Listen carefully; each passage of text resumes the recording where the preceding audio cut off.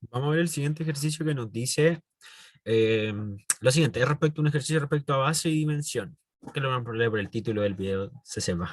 Y se considera el subespacio de R4, es decir, de una dimensión, ¿cierto?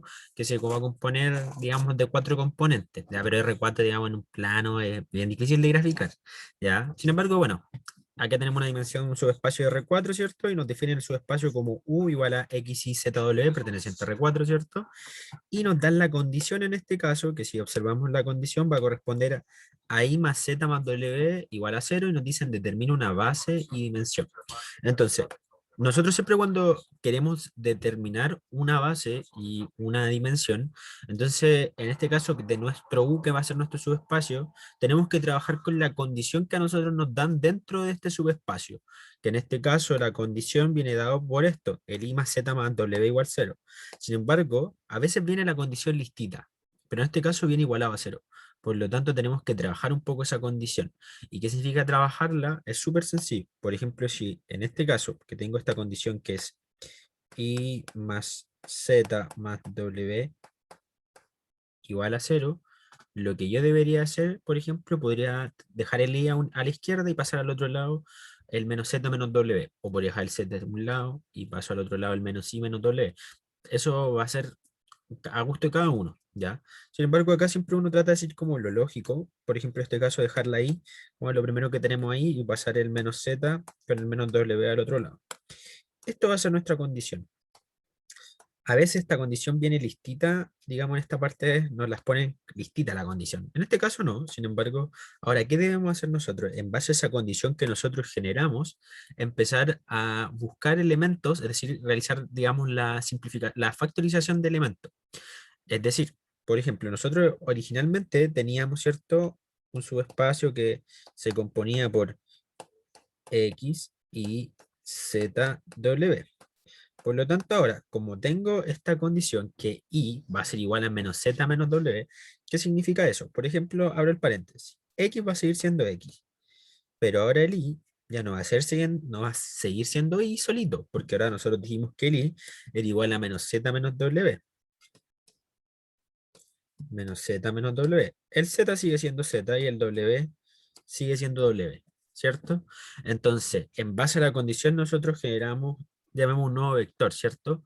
Entonces, ahora este nuevo vector que nosotros creamos, es decir, me refiero a este vector, tenemos que factorizarlo. ¿Cómo lo vamos a factorizar? Es decir, por ejemplo, tenemos que factorizarlo por las letras que componen este vector en este caso. Ya, en este caso son letras. Ustedes dirán, ¿y por qué letras? Por cada uno de los componentes. Por ejemplo, primero vamos a factorizar por X, después vamos a factorizar por Z y después por W. Entonces, por ejemplo, en este caso, si factorizamos, partimos factorizando por X, por ejemplo, ojo que son cuatro elementos, uno, dos, tres, cuatro, se separan por las comas. Por ejemplo, el primer elemento, ¿cierto? Si se dan cuenta acá, lo compone un X, por lo tanto aquí va a ir un uno, coma. En este caso no hay X, por lo tanto, ¿cierto? Va a ir un cero acá abajo. En este caso tampoco hay X, por lo tanto va a ir un cero, y en este caso tampoco va a ir un cero. ¿Ya? Entonces, por ejemplo, si lo vamos transcribiendo tal cual. Entonces, acá sería un uno, ¿cierto? Por este que está acá. Luego sería un cero porque acá no tenemos X. Luego acá sería un Z, ¿cierto? Pero el Z, como estamos factorizando por X, va a seguir siendo cero. Y el W va a seguir siendo cero. Luego, siempre es importante ir agregándole un más y pasamos al siguiente elemento, que en este caso sería, puede ser el Z o el W, a gusto de cada uno. En este caso el Z porque es lo primero que vemos luego del X. Entonces, por ejemplo, acá nosotros nos encontramos que en el primer elemento no tenemos Z, tenemos X, por lo tanto es un cero porque no hay nada. Luego acá tenemos menos Z. ¿Qué significa eso? Que eso es equivalente a decir menos uno, ¿ya? A pesar que hay un menos W, pero no importa, pero tenemos nuestro menos Z. Luego tenemos Z solito. Z solito va a ser equivalente a decir un uno, ¿cierto? ¿Por qué un uno? Porque piensen que es como que nosotros dijéramos Z por, bueno, Z por uno, Z. Y luego el del W va a ser también cero. Para luego realizar la última factorización que sería por la letra W, que en este caso si se dan cuenta el primer elemento acá no hay W, por lo tanto es un cero. Sin embargo en el segundo elemento hay un menos W, por lo tanto va a ser un menos uno. Por ejemplo, si fuese un menos 2W, acá tendríamos que escribir un menos 2. En este caso no ocurre, pero para que lo sepan. Un Z acá sería un cero y acá un W sería un uno. Por lo tanto, ¿Qué es esto que nosotros encontramos acá? Acá encontramos, ¿cierto?, unos nuevos vectores.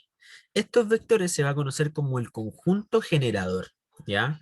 El conjunto generador es casi un paso de decir que es base. Sin embargo, antes de decir que es base, tenemos que comprobar si es linealmente independiente. Sin embargo, es bien importante nosotros escribir acá que U, que era nuestro subespacio, vamos a tener un conjunto generador. El conjunto generador a mí me enseñaron a escribirlo siempre, yo le digo el jingo de lado, pero en realidad son generadores, ¿ya? Y escribimos los paréntesis, escribimos los vectores. Por ejemplo, el primero fue 1,00, abro una comita, luego escribo el segundo que va a ser 0 menos 1, 1, 0, comita, ¿cierto? Y el último que es 0 menos 1, 0, 1. 0 menos 1, 0, 1. O sea, eso entonces va a ser mi conjunto generador. Ahora, ¿qué debo hacer yo para decir que esto es una base efectivamente? Tenemos que realizar la prueba de si es linealmente independiente. Por lo tanto, acá nos hacemos la pregunta, ¿es es linealmente independiente? ¿Cierto? Entonces, ¿cómo lo hacemos? Para nosotros comprobar si algo es linealmente independiente, debemos multiplicar por un escalar adelante de un escalar que nosotros generamos, claramente, eh, adelante de cada uno de estos vectores y realizar la multiplicación, bueno, y esto igualarlo a 0,000 según la dimensión en la que estemos, y si se comprueba que esos escalares son igual a cero, significa que es linealmente independiente, por lo tanto eso genera, y estos vectores que tenemos serían una base. Entonces, en este caso, ¿a qué me refiero con esto? Por ejemplo, vamos a generar un vector alfa, y vamos a escribir 1,000 más el beta, ¿cierto? Que en este caso va a ser 0, menos 1, 1, 0, más el gamma, que en este caso sería 0 menos 1, 0, 1. Y esto siempre tenemos que igualarlo a la dimensión, a un vector en la dimensión, un vector nulo en la dimensión que trabajamos. En este caso, como R4, es puro 0, 0, 0, 0. Si fuese un ejemplo, tal vez una matriz de 2 por 2 sería 0, 0, 0 en la matriz de 2 por 2. En este caso, como un vector puros ceritos, y empezamos a hacer un sistema de ecuaciones, ¿cierto? Por ejemplo, acá esto va a ser equivalente a decir alfa por 1, alfa. Después, más beta por 0, no escribimos nada, ¿cierto? Más gamma por 0, nada. Y eso va a ser igual a 0. Es decir, vamos parte por parte. Entonces, partamos con este ejercicio. Entonces, vamos a tener lo primero, como les decía, alfa por 1 va a ser alfa, y eso va a ser igual a 0, porque si se dan cuenta acá, vamos a ir escribiéndolo, alfa por 1, ¿cierto? Después más beta por 0, no lo escribo, y eso va a ser igual a 0. Vamos con el segundo, ahí ya tenemos el primer como valor del sistema de ecuaciones. Pues vamos a tener alfa por 0, no lo escribo porque vale 0, entonces se anula.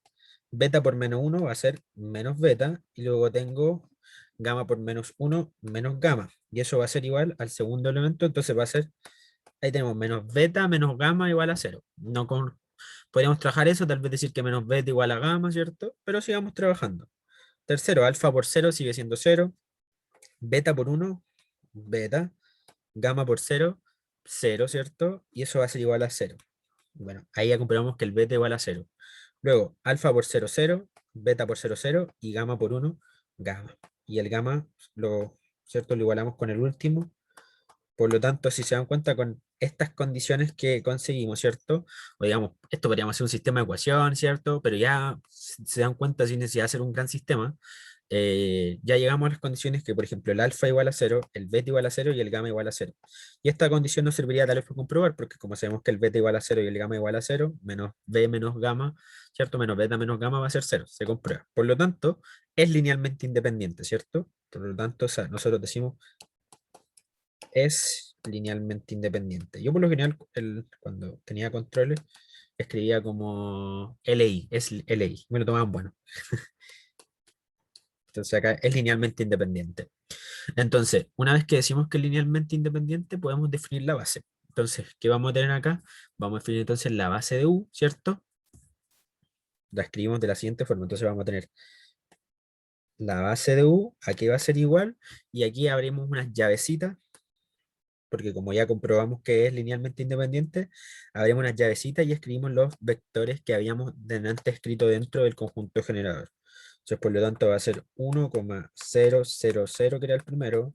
Luego teníamos nosotros 0, menos 1, 1,0. Y luego vamos a tener un 0, menos 1, 0, 1. hicieron las llavecitas.